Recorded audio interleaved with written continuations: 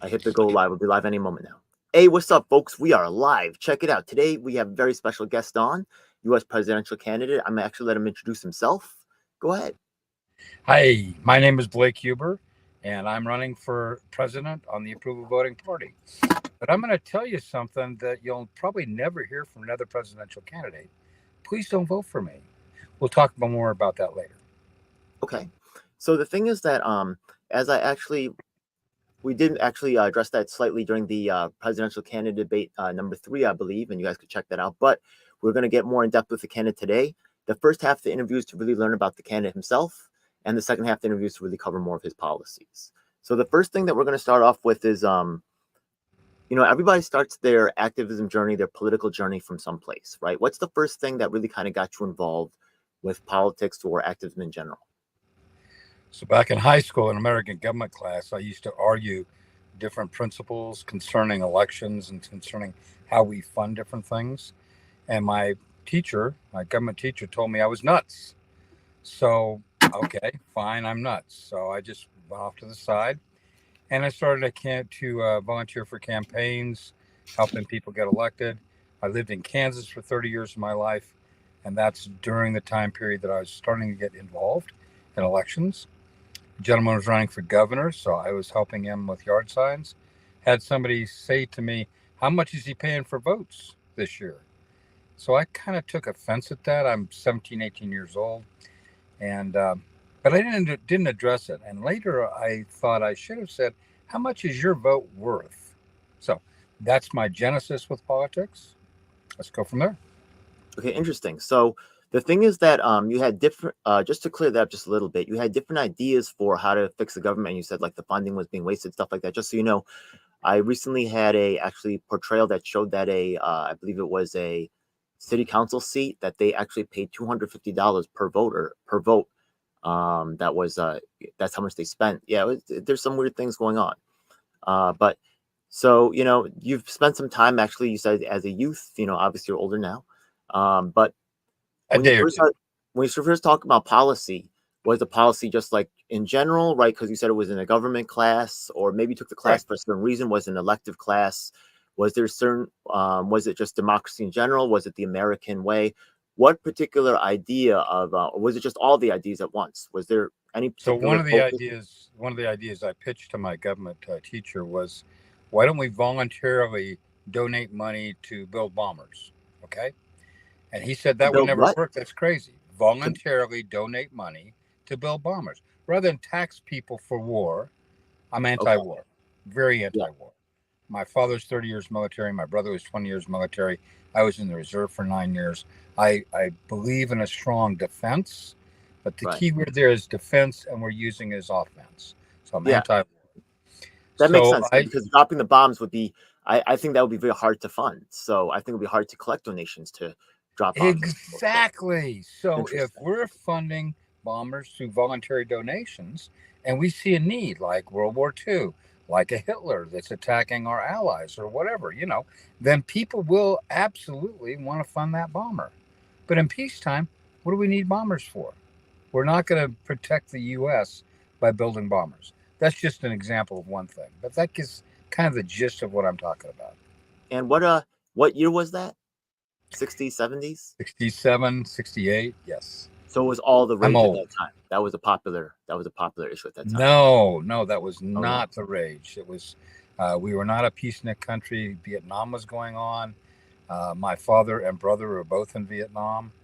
So that was in the 70s. And when I joined the military, I thought I might be activated for my reserve unit and go to Vietnam. I was ready to go if I needed to, but I'm anti-war. I don't see the need to have war. We need to the Ukraine and Israel, Gaza. We need to bomb those areas with diplomats, deal makers, people going in and saying, "What do you want? Do you want a one-state solution? You want a two-state solution? What do you want?" And then negotiate to where we can get to a common ground. I appreciate that. It's good to know, like, actually that's core to my own stuff. We'll talk about that probably at the end of the program. The next question I'm going to ask is, different people have different, sometimes they label what they do as certain political philosophies. Some people will say, oh, I'm a socialist. Some people say they're outside of that. They'll say like, well, I'm a conservative, right? They'll have different definitions. Do you have any particular ideology that you would say that you follow? Early on, I considered myself a voluntarist. And tests I've got, world's smallest political quiz, different things like that. I've kind of narrowed it down to a commutarian. That's not a communist. You and I belong in a community, and we come together for community things. Call it an HOA if you like, but we come together for community things. We put money into a general pool voluntarily and use that money to build things for our community. That's a commutarian. But prior to that, prior to learning that, I bought a brand new car in 1976, first brand new car I ever bought. My wife and I were driving from Topeka, Kansas to Manhattan, Kansas, about an hour's drive. I was trying to listen for any squeaks or bumps that the dealer needed to fix. Again, a brand new car, my first brand new car. So this guy on the radio, my wife says to me, this guy on the radio sounds like you. And so I listened for a bit, and he did sound like me. He was the second Libertarian presidential candidate, Roger MacBride, who was a, quote, faithless, end quote, elector who voted for John Hospers and Tony Nathan, the first women to get an electoral vote for vice president. He voted for both of them because he didn't like the ones that were running at that time. Don't remember who they were right now. I think it might have been Nixon. But anyway, I listened to him for a bit, and I thought, okay, fine. I'm a libertarian. That was a big awakening to me. I'm not nuts. I'm not crazy. I'm a libertarian. And so soon after that, in the 80s, I became state chair of the Libertarian Party of Kansas. I served on the national committee again in the 80s on the Libertarian Party National Committee. And all this time, our presidential candidates getting 1% and 2%. I think the highest was just under 2%. So I kind of left the movement behind. I'm still a libertarian, but I was looking for something else. I'm honored to be here with you today, sir. That's quite an accomplishment right there. Well, thank you. Yeah. I don't know if it's an accomplishment or not. Well, it's historically relevant. At the right time. And so what I've learned in life, and this is something I was just listening on a podcast before I called in, you don't get what you don't ask for. Okay. So I asked, I got it, I moved on. So I met this guy several years ago, 10, 12 years ago now. His name is Frank Atwood. And we were talking about voting methods, and he came up with this novel idea that I thought, again, was nuts. So I'm telling him he's crazy, he's nuts. It's called approval voting. So instead of your marking your ballot for one and only one candidate, you mark your ballot for all the candidates you believe in, all the candidates that represent you, that have an idea, have policies that you identify with. These are people that if you were running, these are things you would say. Okay. So you vote, you mark your ballot for all the people that you believe in, that you approve. Whatever candidate is marked, whichever candidate is marked on the most ballots, that's the candidate gets elected. And we win because we've truly expressed ourselves at the ballot box. And even if our most favored candidate doesn't get the nod because they were like second or third. Let me give you an example. Straw polls we've done. I'm sorry, I'm waving my hands around a lot. That's fine. I have Italian heritage. Okay. So I have to talk with my hands. But by voicing your opinion on each and every candidate, yes or no, leave the no's blank and say yes on those, on the ones you like. Even if your most favored candidate doesn't win, but your second or third most favorite candidate gets the nod, then your policies, because all of them are about the same policy. So let's say you're pro-gun or anti-gun. Let's say you're pro-choice or pro-life. Doesn't matter. You're voting for the candidates that represent you. And so the candidate that gets the nod, that prevails, let's say he gets 60% of the vote. 60% of the ballots are marked for him. And we've done straw polls. Frank and I have been all over the country in the last 10, 12 years, and we've done straw polls many, many different places. And the person who usually prevails gets 60%, 60 to 65%. The next runner-up, maybe 59%. Never, the top 3 or 4 never get below 50%. I'll tell you a story about that here in just a second, but I don't want to run on and run, so please interrupt me anytime you want to. But because of that, he demonstrated this to me. He said, Frank, you're nuts. This will never work. Again, like my government teacher told me, you're crazy. And I tried to convince him to work on electoral college reform, which needs to happen. But he says, no, no, no, no. Read this book. It's called Gaming the Vote by William Poundstone. Everybody knows Paula Poundstone's a comedian. This gentleman is related to her. He's a very serious researcher. He's written books on how bees find a new place to put their beehive, for example. But Gaming the Vote by William Poundstone, excellent book. Frank challenged me. I went home that night, downloaded the Kindle version. I think it cost me $7, $8, $10. Because I'm math oriented, I called Frank up 3 days later and I said, Frank, I've drank the Kool-Aid. How can I help? And we've been doing this ever since. Okay, yeah, and you're actually you're running with the approval voting party, so actually you Correct. kind of like really settled into really promoting this particular, out of all the different things that you focused on before, this has really kind of been your lane, I guess, approval voting. We try many different ways to get people's attention on approval voting, to get media attention, people like you folks doing interviews. We had an interview, I think in 2016, Frank ran for president, the first time we had a candidate. And he said, I need a running mate. So I said, Frank, I can be the president of Vice. I'm in. So we ran in 2016 against one of the candidates running again this year. We were interviewed by an NPR station in Colorado, where we're on the ballot. And she stopped the interview like 3 minutes into it. And she said, you guys are serious. Yes, we are. She thought it was just a couple old farts having fun, just on a lark. No, this is a serious endeavor. And the only way we seem to be able to get attention of people is to actually run for office. So right now, Frank is running in District 4, I believe it is, here in Colorado for Congress. And we just got contacted by ABC News so they could have a headshot of him, because it's a highly contested congressional race. I'm not getting as much attention as he is, which is fine with me. This is not an ego trip, but it gives me the opportunity to talk about approval voting. It'll give him the opportunity to be acknowledged for being part of the approval voting party. Okay. The next question is that sometimes people, the libertarians right now, they're having actually a divide between like the Mises caucus versus, I guess, more, people that were in power before. So sometimes there's different ideological differences within approval voting party. Approval voting itself, I know it's pretty cut and dried, like what the techniques are. There may be different iterations of it or different implementations. Is there someone who's influential to your political thought? And it could be outside of approval voting, but who are the influences for yourself? I'm not sure how to answer that question. So there are think tanks like the Center for Election Science, electology.org. They're the ones that are the intellectuals behind the concept. There are administrators out there that work for the Center for Election Science, for example. And there's intellectuals. I'm sorry, I'm not an intellectual. There are activists like me. There's a group of people in Utah called Utah Approves. Seattle has Seattle Approves. Fargo, North Dakota adopted approval voting about 3 election cycles ago. I'm sorry, did you say like proves? Approves. Oh, approves. Seattle okay, I'm sorry. approves. Okay, I didn't understand. Okay, no problem. No problem. I've got a beard. Sometimes hair gets in my mouth. It doesn't come out right. So Seattle approves. Utah approves. Missouri approves. There's folks in Texas working on approval voting in their local communities.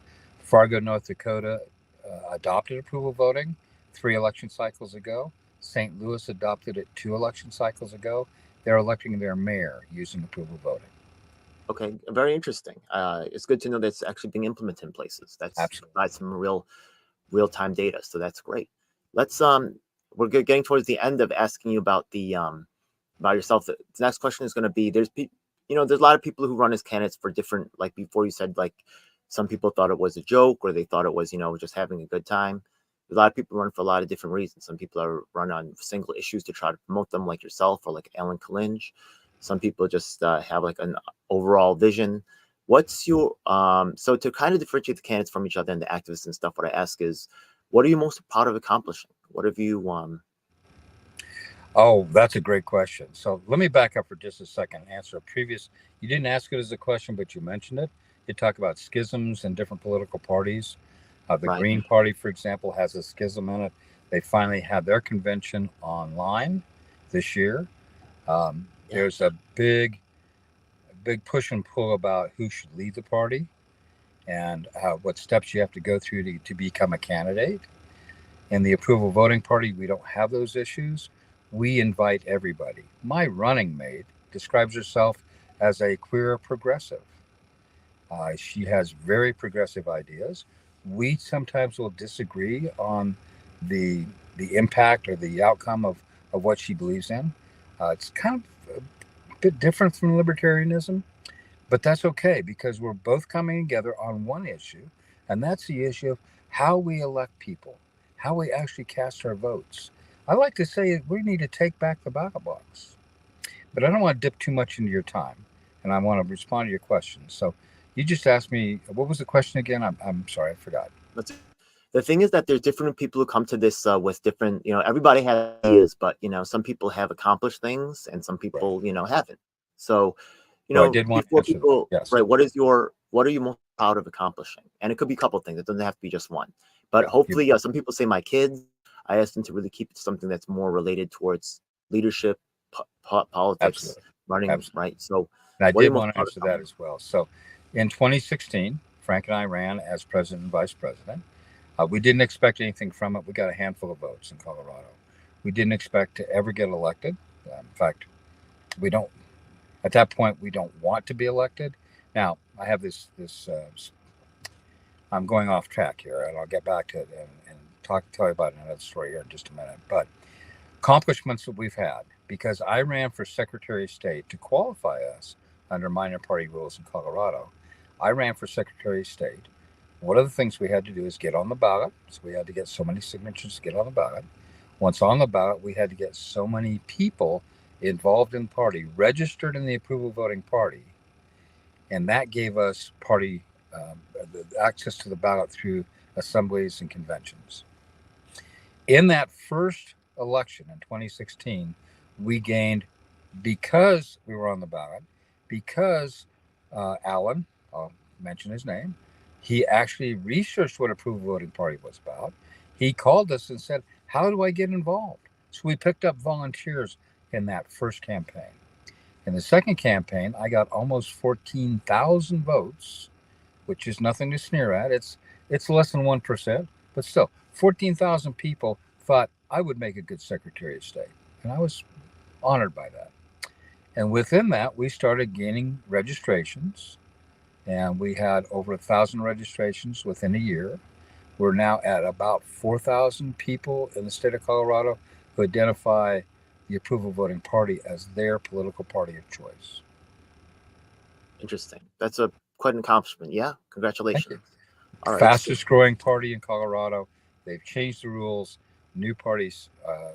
That's a very steep incline for new parties to come on board now. I think I will actually get into conversation that more in the second half because you said you're not actually technically running, right? You're really just trying to push this issue. So no, I'm running seriously. But, you are, okay. But we're gonna talk about that more. But you said don't vote for me.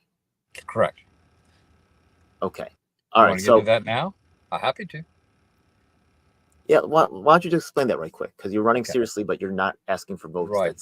So I don't want people to waste their vote on me. Because if they vote for me, they can't vote for somebody else. So if somebody's going to vote for Trump or Harris or Stein or Chase Oliver, any one of those candidates, vote for them.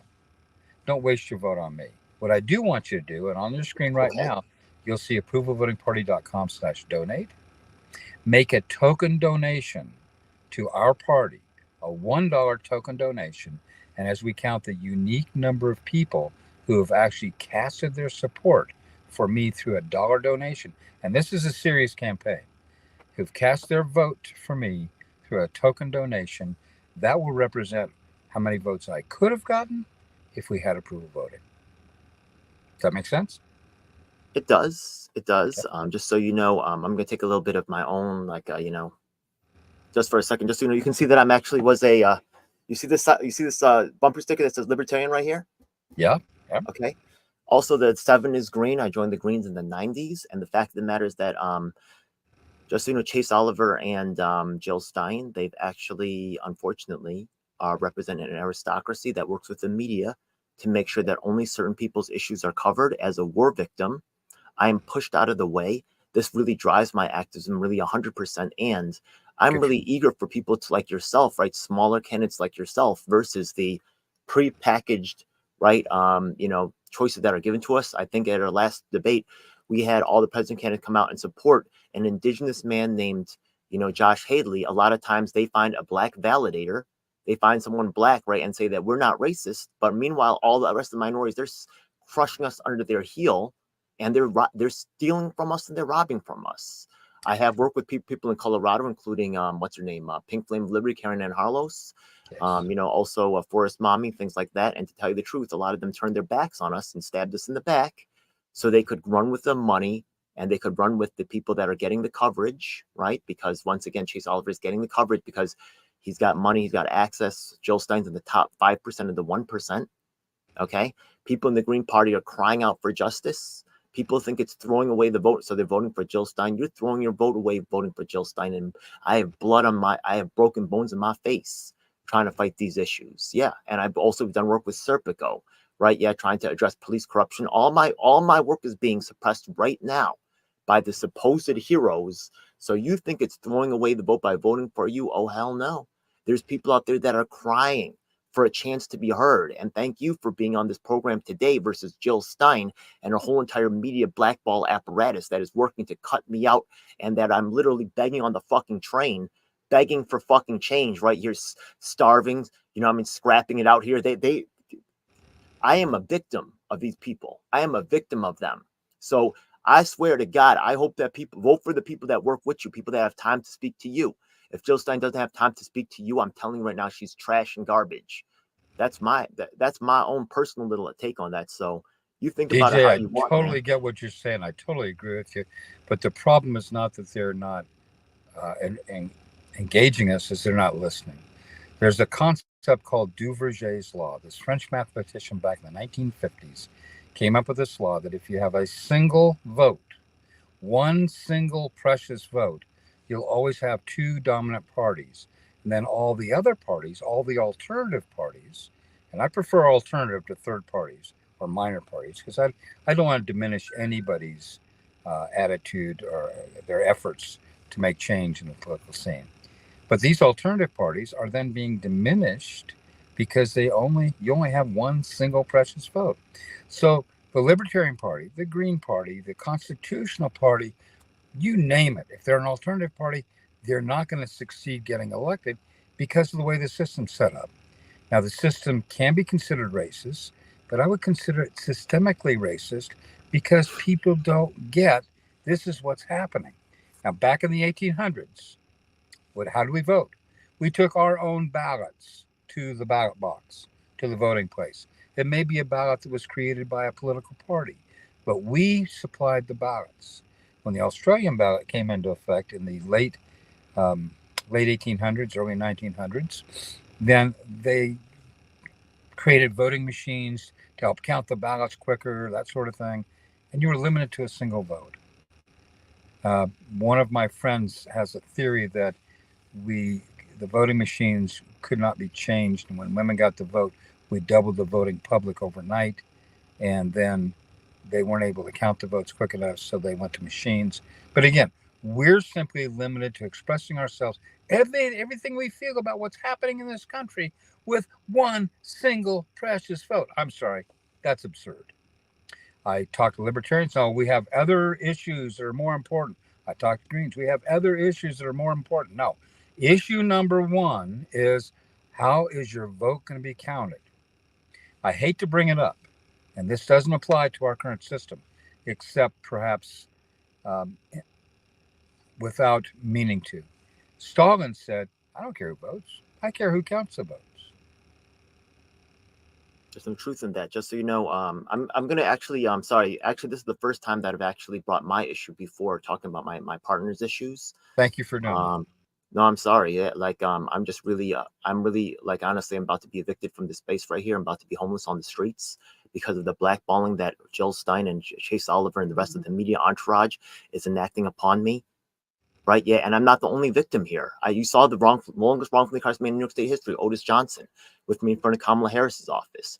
Mutio Jamu Sabru in prison for 42 years. Anybody who's doing real work out here are being suppressed. Not only that, I'm glad that you worked as a national committee member, because we're also working to actually, right now, you know that the state committee of whatever group is in power in that state controls the ballot election process. They control the judges. So the thing is that we're trying to take over the county committee of the Democrat Party here in New York State. But if you're in a Republican-controlled state, take over the county committee or state committee of those bodies as well. They keep that secret, and they also get people in through special elections. They control the judges. They control the ballot process. There is shenanigans going on. As someone who's actually been a victim, I've actually worked with a lot of not-for-profit organizations, and I've seen how they're not supposed to engage in political work when their contracts are dependent on who's in office. That's really all they do. Come on. Or that's a huge priority for them.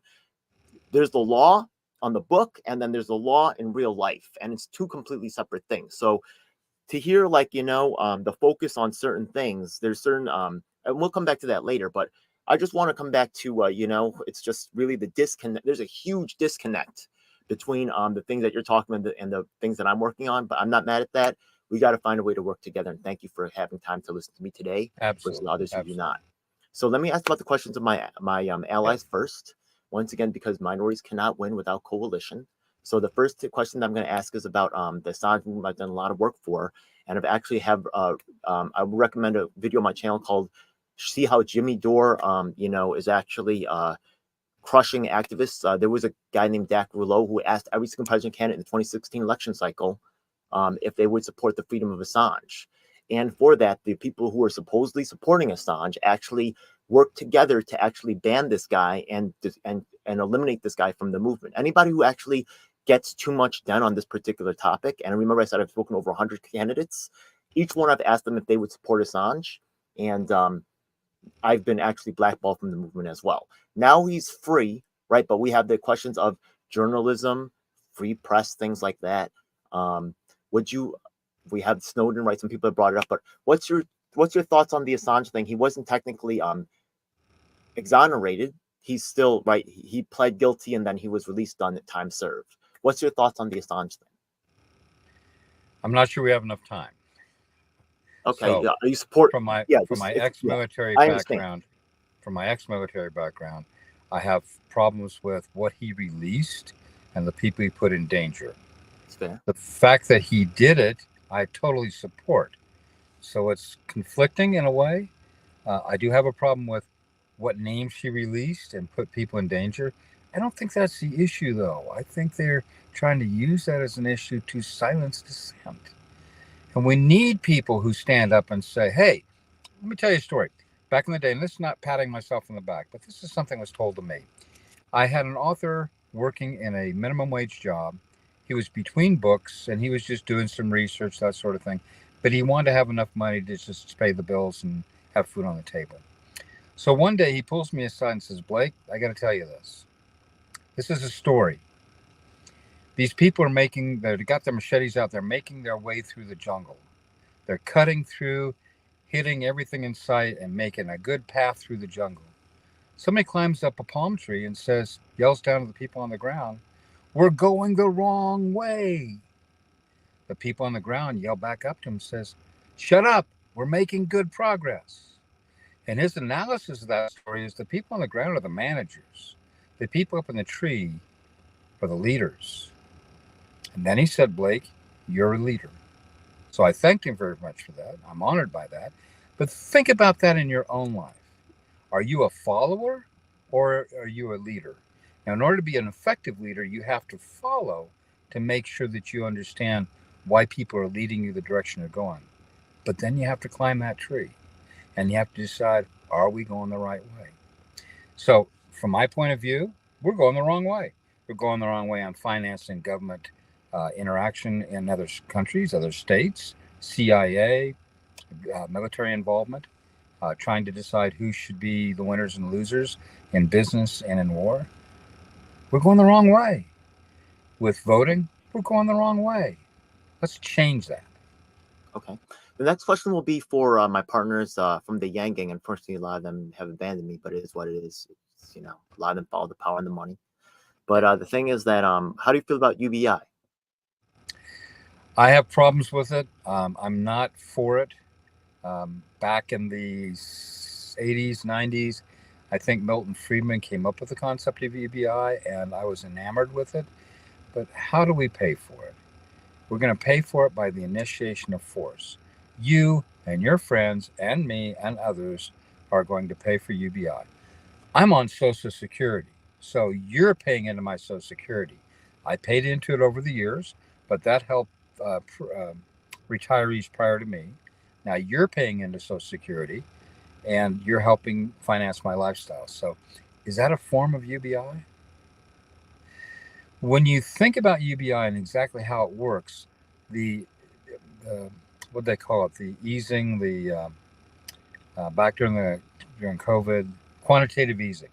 After the 2008 debacle and in COVID, they talked about quantitative easing, which is, if you think about it, is UBI for rich people. So we taxpayers bailed out the banks, bailed out these people. Nobody went to jail for creating derivatives to finance housing and finance people that couldn't pay their loans. And the loans went bad. And we ended up paying for that. That's a So mature answer. And just so you know, a lot of people in the Yang Gang are blindly for UBI. UBI gets defined in a lot of different ways. I've been an activist for 25 years. So many of the programs that are developed are actually weaponized against the communities they're supposed to support, including the anti-war movement right now is actually victimizing war victims. It's ridiculous, right? Jill Stein, Jimmy Dore, millionaires go up and speak that they never suffered from the war like me. And they push me out the way and they drive me into poverty so they can, I'm not going to, you could call it virtual signaling, right? It's just straight robbery and theft. They could never do this to Black people. They could never do this, right? Yeah. They could not have an event for reparations or for criminal justice reform and push Black people out the way they would do to war victims like myself. It's disgusting and wrong. So once again, right, just because it's got a great name, just because it's got good ideals, right? Yeah, if you support it, it's extremely dangerous. But I'm not saying it's necessarily bad. It's not necessarily good, but you need to be responsible. And we'll talk about that later. Yeah. So I'm not necessarily all for it, but that's a mature answer. And a lot of people in the Yang Gang were not really mature, and they got taken advantage of. And would you like to hear an alternative approach to UBI? Okay, go ahead. Where do most employment come from? The statistics show that employment comes from small business. So what I propose to do is eliminate all taxation on any minority small business, whether that be Hispanic or Black or whoever, or indigenous people. My running mate is indigenous, by the way. I didn't mention that before. I do apologize. Her name is Andrea Denault. Please Google her. Go to approvalvotingparty.com. You can read about her as well. She's been very, very politically active. So instead of giving money to people, taking money from one group and giving it to another, eliminate taxation on anybody who wants to start a business that qualifies under certain criteria. So maybe they are Black, maybe they are new immigrants. Any one of we can talk about who should qualify, but eliminate taxation. Let them have the opportunity for at least 5 years. Let them have the opportunity to prove themselves in the marketplace. If they come up with a good idea and they start making millions of dollars, then after 5 years or so, they start paying into taxes. That's a great idea. Yeah, just so you know, and it's voluntary. It's based on what you do with your life. The overhead and reporting requirements are also like burdensome to smaller businesses, so that could be helpful for and creates a lot of eliminate it all. I appreciate that. That's a great answer. All right, let's move on to another partner of mine, the disabled. The thing is that right now, people with disabilities are actually allowed to be paid some minimum wage now. Actually, Mark Safman, who's actually a disabilities advocate I work with, who helped us to get the disabilities advocate restored under Hochul, which was actually canceled under Andrew Cuomo. Actually, that position was created by Mara Cuomo, which is interesting. Anyways, he does not support minimum wage for disabled, so I haven't really put that out there before, but I'm putting it out there. But the people with disabilities, we know that a lot of times they face discrimination in housing, stuff like that, and they have extra costs because of disabilities. Maybe they're less productive, and maybe they cannot be paid as much. But would you support at least a minimum wage lifestyle, which is often pegged to poverty? Would you support it? Maybe it has to be done with government subsidies. Would you support at least a minimum wage lifestyle for people with disabilities? I got 2 stories to tell you. Number one, I managed properties in Kansas for a real estate developer all over the state of Kansas. We had 1,000 apartment units all over the state, in rural areas. They're Right. financed by a federal agency, the Farmers Home Loan Administration. Okay. And this is a very small agency in the government, but they're part of the agricultural government, agriculture department. So what they want to do is they want to make sure there's population in these rural areas that could then support businesses or work in the harvest or whatever. Okay. Some of these were senior citizen apartments, and some of these were uh, people subject to poverty. I talked to this one gal who she had a smart way about it. And I just asked her, "Why are you living here? You could make any kind of money." She said, "Because I need insurance for my kids." So health insurance kept her within the system rather than having a way for a ramp up, a ramp off of welfare of this type of living situation, of having a reduced rent. I think she paid like $1 a month for rent because she didn't make any money. But if she made more money, she'd lose her kids' health insurance. So that's a whole nother issue. But that's what happens to people. They get locked in. I Now, agree. I know about that. Yeah, you're right about that. So, what's your solution for people with disabilities who, they're the second largest minority voting bloc in the and I'm nation? sorry, I forgot. There was a second part to that I wanted to tell. I ran a hotel for a period of time. I think that was before I became the director of management for this real estate company. But I ran a hotel, and somebody came to me with a nonprofit group, and they said, "We have these people that can't get a regular job. We're willing to pay them, if you pay them minimum wage, we're willing to make up the difference between," I'm not sure how it worked out, but there was a formula where they could make minimum wage, but it cost less for me to hire them. And so I Right. Okay. said, "Yeah, bring them on." And this guy did laundry. He was he's very focused. He's on the spectrum. He had some issues. He had to wear a helmet, for example. He had Okay. some physical issues as well. But I thought, that's great. Sure, bring him on. I'll hire him. Sure. I'll pay him. I'll pay him what he's worth. And he worked harder than many of the people, the able-bodied people that work for me. Some of them are good, some of them bad. Some of them will work out, some of them won't. Like, you That's got to true. get even the able-bodied people. Some of them are going to work out, some of them not. You know that too. I have So that experience too. Yes. yeah. So but go ahead. So you So do. amongst those people that are not able to work, the So did disabled, this work out? Is that a it positive worked out program, great. negative program? Yes, it was fantastic. I was only there for about 5 years, and I left for other reasons. But while I was there and working with that program, it was fantastic. So it sounds like a So solid maybe. You could think it does work in no, some that's a instances, in other solid instances it yes. doesn't. They're limited in what they can do, but what they can do, they do very well, and they're very well worth the money. Now I got into it because I could save money, but then as I looked at it, I thought, please bring me more. And of course, I didn't have enough jobs. There's public-facing jobs that they would take exception. Now you understand, this is back in the early '70s in Kansas. I actually had hired an indigenous woman to run the front desk. And after the first week, she said, "Please go." She was my head housekeeper. "Please put me back to housekeeping because I can't stand the looks I get from people as they come in." Now, I thought she was overreacting, but I can't judge for her. This is her reaction. This is her feelings. So I said, absolutely. I made her put her back into head housekeeping. The person I elevated totally understood. She was also indigenous, and she took a step down from head housekeeping so that her friend could take that job back. So Right. yes, I do things like that because that's what's important. And the key there is it's voluntary. Okay. Let's take another community that I work with, the trans community. Okay. The thing is that we know that they face a lot of housing discrimination. We know they face a lot of job discrimination. And the thing is, they often find themselves needing public housing. Now, I know that public housing might, this is just an example question. So, some kind of government benefits, right? Okay. And I know that generally government benefits are not something that you're the hugest fan of. And you wrote some great points. So, not saying that I disagree with that. But the thing is that these people, whether you agree with their lifestyle or not, right? The thing is that, well, here's the hypothetical question, right? So the thing is You're that making a presumption. Be careful. Go ahead.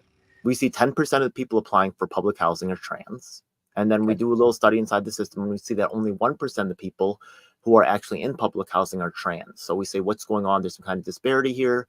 We start asking we asked the public, the trans people. We say, what's going on? Why do you think this is happening? They say we're being discriminated against. We're getting beat up. We're leaving of our own will because, you know, we don't feel like we're getting a fair shot here. So these people are paying taxes well, right? They are still human beings, right? Do they still deserve government services just like anybody else? Even though there's no law saying, right, there's even probably laws that you shouldn't discriminate against these people. You could see that you see this issue going on. What will you do to ensure them, as president, fair access to government services? So if I were to be elected president, I would do everything I could to root out any possibility of racism or discrimination. I think it's stupid. Now, I consider, and this is going to surprise you, and this is going to Okay, and how is that going to happen? How are you going to do that? Let me finish my thought first. How am I going to do that? Well, let me finish my thought first. Many people, I tell this to people and they get alarmed. I consider myself a racist. I believe in the human race. We need to treat each other as human beings. I don't care if you're trans. I don't care if you're gay. In fact, I mentioned my running mate describes herself as being a gay lesbian. That's a redundant term, but I love her. She's a wonderful individual. I drove Uber for a while. I had people in my car, and this one gal was sitting next to me in the passenger seat, and she came out to me as being gay. And I thought, trans. And I thought, whoa, you pass. And she said, thank you. And we had a great conversation. So this is my attitude. So if I get a whiff, if I were my nightmare scenario to be elected president, I would serve. I'm ready to serve. I would make sure that if there were any whiff of any discrimination, I would root it out. I may have to fire people. I've fired people before. I know what it's like. So a quick question right here, just to jump off of that, right? Because he's talking about a lot of principles and stuff. Let's get into the nitty gritty and just talk about and chop up some of the numbers here. The thing is that in this case that I give you, it's a hypothetical, right? And I gave you this 1%, 10%. This actually brings potentially into the solution a possibility of using quotas to actually try to fix the issue. Just so you know, I'll just give you, well, I'm not going to give you the advance, but I'll tell you afterwards. But like, how do you develop a solution to this, right? Because we know that you think racism, who's going to say that they think racism is right? I'm going to get rid of the people. That's nice. Maybe that's your solution, right? To get rid of people that are showing racist tendencies or, you know, whatever discriminatory tendencies. I don't think quotas work. Okay, that's fine. Sorry to interrupt you, but I don't think just that you know, most people do not think quotas put black people back. Okay. I think quotas are horrible. There's the old story, and this is told back in the 70s, told to me by one of my bosses. He worked at a lumber yard, and the NAACP came into the lumber yard and said, we need to make sure you're having X number of percentage of employees as black, okay? And the lumberyard manager owner called down to one of his people and say, how many blacks do we have working for us? Back then they used a different term, but it's the same concept. He says, okay, so we're 3 people over the quota, fire 3 people. Now, that's an apocryphal story, but I believe that sort of thing happened. It creates a backlash. So when we talk about racism, we talk about racism as being a culture. And we during Reconstruction, one of my big things is after being retired is research what happened during Reconstruction. Where did we go wrong? What could we have done differently? And Jim Crow laws and all these things that are anti-racist are actually anti-government, anti-centralized government, because that's what Lincoln did. He unified the country. He brought everybody together by force. So I don't want to engage in any force to cure racism. What I want to do is I want to create a culture, and that takes a while. You have to talk about it. You have to give speeches. When you give training, when you're a manager, you give training, you're creating a work culture. So I want to make sure I create a culture that roots out the type of people that would discriminate for whatever reason, sexual preference, skin color, ability, any reason you want to come up with. I want to root that out. If I have to fire people to do that, I will. If I have to browbeat people, use the bully pulpit to get people to shame them for being discriminatory against somebody who wants to have a different lifestyle, how's that going to affect them? It's ridiculous. I'm sorry. I'm getting passionate. That's good to know. You know how I feel. No, I appreciate that, right? Okay, so let's move on to the next question. We could get into a deeper discussion on that, but that's for another time, just as, just getting the general idea. Next question I'm going to ask is, have you ever heard of a concept called right to repair? Yes, and I fully support right to repair. Awesome. So When's the I last built time? computers back in the 80s. Ran a preschool. I was married at the time. We ran a preschool for 10 years. The preschool needed a computer. No, I wanted a computer because I was in my 30s at that time, and I wanted to be on the cutting edge of what the new technology was. So I wanted a computer. So we justified getting a computer for the preschool. Great marketing thing because the kids would go home and tell their parents, I got on the computer today. It was very simple classification games, things you would do in the back of a comic book, for example, matching things, finding a thing in the picture, the one thing in the picture, where's Waldo, that sort of thing. But we introduce kids, to not being afraid of computers. So technology is very important to me. I used to build computers. I still do. I haven't done it for quite a while. But when you do that, why do you want to tell people, oh, I'm sorry, you're going to have to bring that into us to fix it? Whether it's a car or an iPhone or whatever it is, you can't do it yourself because you're too stupid. No, with the right proper documentation, you should be able to fix your car, fix your iPhone, fix your whatever it is, your washer. Okay. Appreciate that. Yeah, that's I agree with that. So the thing is, let's get to the just so you know, all the questions in this format are usually pretty much the same. Usually I ask questions here about like, you know, larger national policy, right? But we're running out of time. I do want to ask them. So now Sorry. I'm going to ask people. I see that you shared your approvalvotingparty.coms. That's actually on your name right there. People can see it on the screen. Right. Are there any other social media places where you actually update your information where people can follow your work and ongoing upcoming stuff? You bet. So first of all, I hope you're posting this on YouTube and you've got an income stream from that, because I think that's a great way for individuals to make money. I plan on doing during this campaign over the next month or so, I plan on doing some YouTube videos to let people know how simple approval voting is, and it's not anything to be afraid of. We had a gentleman come to us a few years ago at a fest we were at, a convention, and he says, "You guys are stupid. You guys are crazy," just like I did to Frank back in the day.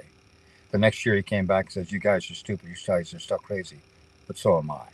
So sometimes it takes a while for people to understand where the concept is, what it does, how simple it is, and how effective it is. We may have time to actually discuss that in a moment, but the thing is, now that people know like where to find out about your stuff, the YouTube thing, the approval voting part. By the way, also if you have a mailing list, that's probably like a really good idea. If you advertise my stuff on your mailing, if you like put out a shout out to me on your mailing list, I'll do the same for you, no problem. Thank you. Is uh is there any projects that you got coming up for people to look forward to? Now that they know where to. So there's projects that come up on the fly. Okay. So I was very busy. You wanted to interview me a month or so ago. I was very busy. We just ended up at the Denver Independent National Convention just last week. So now I have some free time. I don't know what's going to happen next week. I'm We're sorry. Yeah, fighting. I just got triggered by that No, I'm independent national sorry. I'm convention. I hate sorry. I'm them so sorry. bad. They're actually got themselves. I know that back when they did their thing in Austin, they're filled Yes. with a bunch of fakes, and they're filled with a bunch of Nick Brana. They had him at the first one, and then they had Jill Stein there. They had Andrew Yang there. I'm a victim of all those people. They're I hear actually use their money to actually push people like myself aside. None of them are helping the disabled. Right? Did they speak about them once? No, they didn't. Did any of them speak about working with the wrongfully incarcerated, which I brought to their attention and documented it? right. No, they didn't. They don't care about us. They care about getting press They coverage for care about approval themselves. voting, but They let care me about interrupt you just a second, using BJ. our frustrations and stealing from us. I'm sorry. I'm gonna shut up now and let you. You No said worries. there's some things that you want to talk about. We Yeah. got some passion going here. That's a wonderful thing. Well, So I I hate met that. two people at this. I met many people at this particular convention. I know it triggered you. Really I do paying apologize for that. hundreds of dollars, so I get nothing. They're disgusting. Yeah. No, I I hope hear they that. die. I hear that. I hope they We got fucking in. die. We got in on the cheap at the last minute. I was able to do a workshop. I was able to have A deep workshop with conversations who? with people. With what have they Uh, accomplished? It's fucking disgusting. I'm sorry. Go ahead. yeah. I'm So shut up now. as a whole, I might agree with you. Not necessarily, but I might agree with you. But here's what it was for me. Okay, I don't take on a victim attitude at all, ever. I don't begrudge people who do. That's their thing. But what I did is I look for, if there's a bunch of crap on the floor, I'm digging through that crap because there's got to be a pony in here somewhere. I met a gal in Florida who says, we want an approval voting party in Florida. So this winter, I'm going to go down to Florida, make contact with her, and see if there's a way that she can help I can help her set up an approval voting party to better spread the word about approval voting. We found this political action works the best. I also met other people, the best people in the world. Whatever they did to attract people, they did a good job, because these people, I could talk into the weeds. I do have some questions about approval voting right quick, because I've actually. I'm sorry, we're running out of time. I just want to ask about. I'm sorry about that. Yeah, so we'll have time for this on another time. Yeah, like I don't really have a lot of time left. So the thing is that approval voting, I've been with other forms like was it RCV, right? Yeah, ranked choice voting, approval star voting, and the problem is that it sounds like approval voting has the same problem.